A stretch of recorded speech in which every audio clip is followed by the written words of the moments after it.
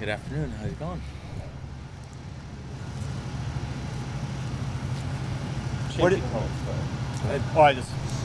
what do you feel like has to happen to get the running game going a little bit more?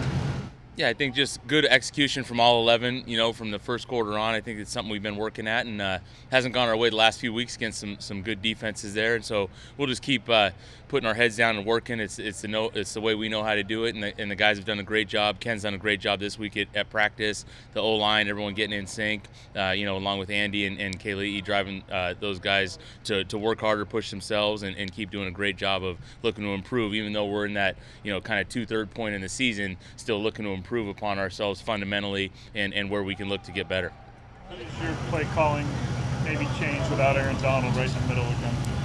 Yeah, Aaron's a tremendous player, and hate to see anyone get injured, have to miss time. So, obviously he impacts the game tremendously. But they got a lot of guys that have played at a high level for a long time that I know will fill the roles in different ways. With Bobby Wagner leading the charge there, and Floyd coming off the edge. Hoyt stepped up this past game. They got Lewis, so they got a lot of different guys.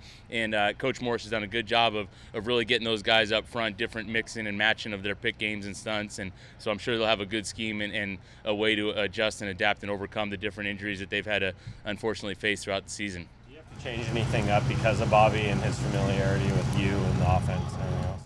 I think I don't know if it's necessarily us. I think Bobby just has that great propensity to really understand everything that's going on every snap of each game he's playing in. That's what's made him such a special player throughout the course of his career with his preparation. So really more, understanding his ability and where he's at, and knowing that he's going to be quick to read and diagnose almost every scheme that he goes against, and just being aware of that and knowing how to handle him. Pete mentioned the defense of the Rams and the explosives, how good they are at stopping those. What makes them good at preventing big plays? Yeah, they're number one in the league in giving up the least amount of explosive runs and passes. They do a great job of keeping everything in front of them. And I think with Taylor Rapp and Nick Scott and the secondary along with those linebackers, it's a great group of tacklers. And so they do a good job of getting the ball carrier in that vice tackle position where they're closing in and not giving up any of those extra yards on plays. And, they might give up some stuff underneath, but they're going to rally around the ball. And then once they do get to the football, they're punching at the ball and looking to create those turnovers. So they've done a really good job on defense of keeping those explosives to a minimum.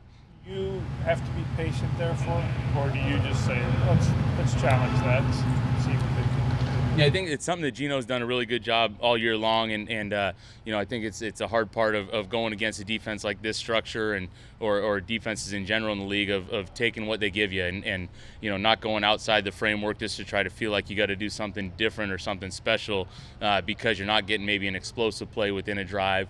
Because they will come if you keep, stay the course and trust what you see. And like I said, I think Gino's done a nice job of that, not forcing the ball in certain instances and letting the guys get the ball in their hands underneath and chip away at some defenses. And that's where the run game's important as well, of being efficient in the run game and staying ahead of the chains. Is the Morris Rams defense different than the previous version? What'd you say, the Morris? Oh, I got you when Raheem took over. Staley did a good job of laying that foundation of the structure, and then when Raheem took over, he really did a good job of really continuing what they had going. Some little wrinkles here and there, maybe in the blitz packages, but they got a lot of coaches with Chris Shula and Eric Henderson, some of these guys that have been really good at this structure that have really, you can see that they're all well coached. They know where to be. It does a good job mixing it throughout the course of the game. So it's really a similar structure with just the weekly game plan tweaks. Gino's completion percentage has just really remained consistent all year long. What have you kind of seen as the key to that, and kind of how impressive is that he's sort of? Yeah, I think he's had a good mix of like I just mentioned about taking what the defense gives us, and then also in those opportunities where there are chances to throw down the ball down the field, he's been tremendously accurate with his downfield throws, and that takes the receiver at the other end on that too as well to go ahead and go get that. Just like DK had the good play down the field on the sideline where the safety's coming over the top there, and he knows there's going to be some contact at the end of that, and he does a good job of staying consistent and catching the ball there and finishing for a good explosive. But I think just Gino's good mix and matching of knowing when to take the completions, and then when he does put the ball down the field, having that accuracy.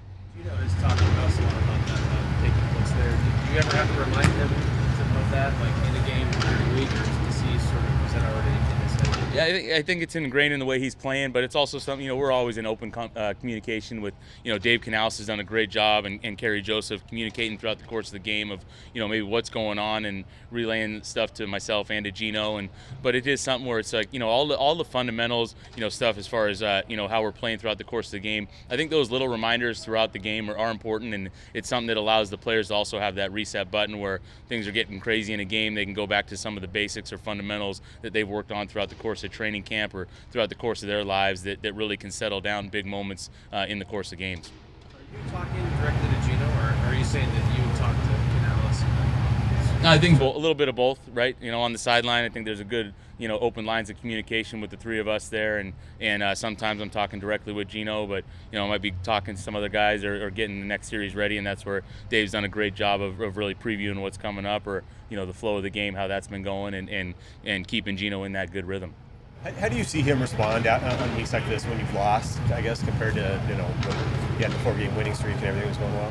Yeah, I think Gino stayed the same. He's stayed the same since day one. He's put his head down and worked hard, and I think the results have come from his ability to stay nice and calm, nice and poised, and even keeled, and then also just keep putting in the work, knowing that over the course of time, that amount of hard work that he's put in is going to show the rewards. The 4th-and-1 pass to Lockett that got called back. How do you guard against that? It looked like the right side line walk and run. Mm-hmm. How are they going to know if he throws the ball and throws it? What's the coaching point to avoid that? Talking about from defensive standpoint? No, for you. For us? That's one of those. It's a play. We've talked about it. I don't want to get too far into the details of it, but feel good about it and know there's a little gray area that came up there and it didn't go our way. But I think it's a good play. It's a play that we've scored on multiple times, over the past couple of years. And like anything else, you just got to always be able to adjust and adapt to the what's being called or what's being looked at a little bit tighter in certain instances. Is there some give and take you guys have to just accept with Ken's running style at all? Yeah, I think Ken has a unique running style, in certain instances where he's able to make defenders miss in that short space. And, really that first touchdown run that he was able to take down the right sideline, where we're running more of a tight zone type of concept, and he feels the right side collapse and he can bounce it and runs to that front pylon. So I think there's always going to be a give and take. He's got unique ability, and I think, a player's unique ability is always going to trump plays and play styles. So I think just as long as Ken keeps growing and keeps learning like he's doing, some of the certain aspects of when to hit the hole at a certain tempo or not, and then when to use that unbelievable ability to make someone miss and create outside the framework of the play, and more times than not for Ken. I know the yards haven't been there the last 2 games, but that's more all 11 than just one person. And I think throughout the course of this year, he's been able to do some spectacular things off schedule. As gets the play started and then goes ahead and goes to work from there. Given what the Rams do with their run defense, what are you counting on Ken to recognize this week?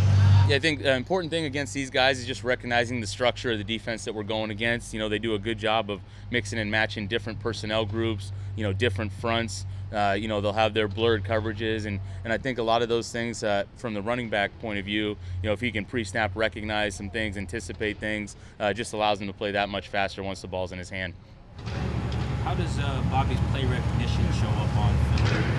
Yeah, I think you really don't see any wasted steps from Bobby. He instantly reads and reacts to stuff, so the tempo in which he's going to be able to get to a run, and he's not going to necessarily get out of position to make a play on the run. He's going to maintain his depth in the pass game as well. So, he plays the game with good, clean feet and good, clean eyes most of the time. So it's really more understanding where he's at, knowing that he's going to, be at that elite level of recognizing plays.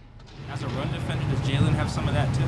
Jalen definitely, and the thing that Jalen brings to the table, obviously he's an elite pass defender, but I think the one thing, talking about DBs, his ability as a bigger corner to bend and play with great pad leverage and get underneath running backs and be a great tackler at that position, it really shows up on tape. And he's been an explosive hitter in the run game where he's created fumbles and been around the ball, and they move him around plenty, so he gets involved both in the run game and the pass game.